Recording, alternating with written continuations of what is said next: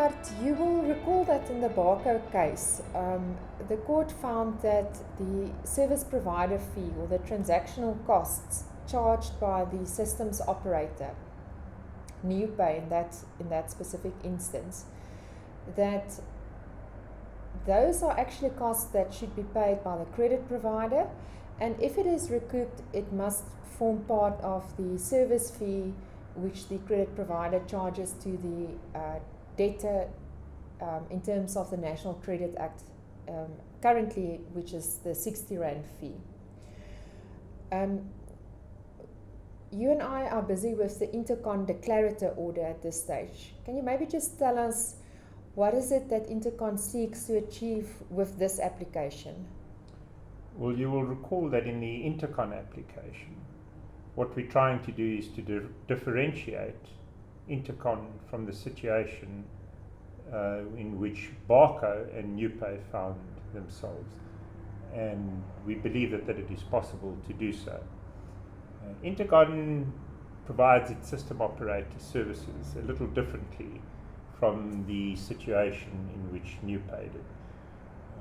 Intercon uses financial instruments, in this case being a promissory note as defined in the Bills of Exchange Act, in which the consumer or the person that borrowed the money signs a promissory note to be responsible for the transactional costs in the repayment of his debt. And in that way, the argument is that it does not form part of the service fee, and we're seeking declaratory relief that the National Credit Regulator is not in a position to interfere with bills of exchange that are utilized in this manner, and that agreement would not be a supplementary agreement as envisaged in Section 91, and that it will also not be contrary to the provisions of Section 100 of the National Credit Act.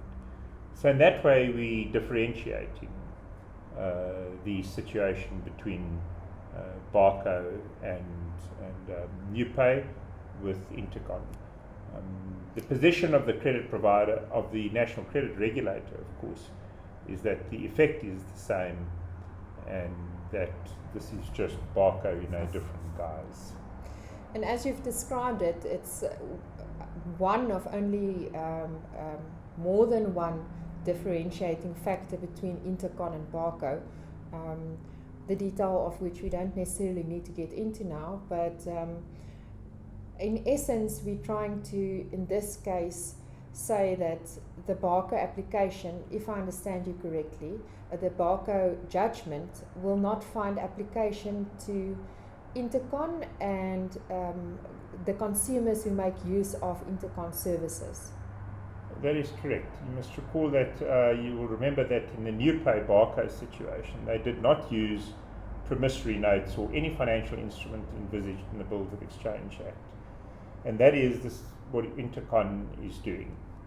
And it is on that basis that we say that the two cases are entirely different.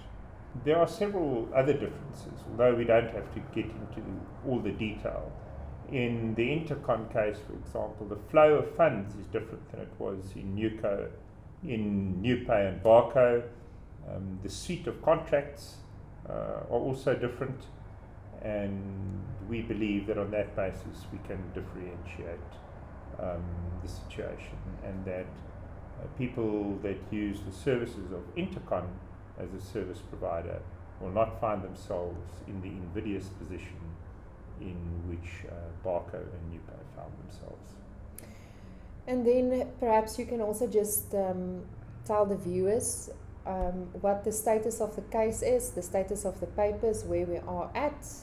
Well, currently all the papers have been finalized, all the affidavits have been filed, and we're in the process of preparing the heads of argument, which will then be served on the other side, the National Credit Regulator, and then we hope to have a hearing before the end of the year.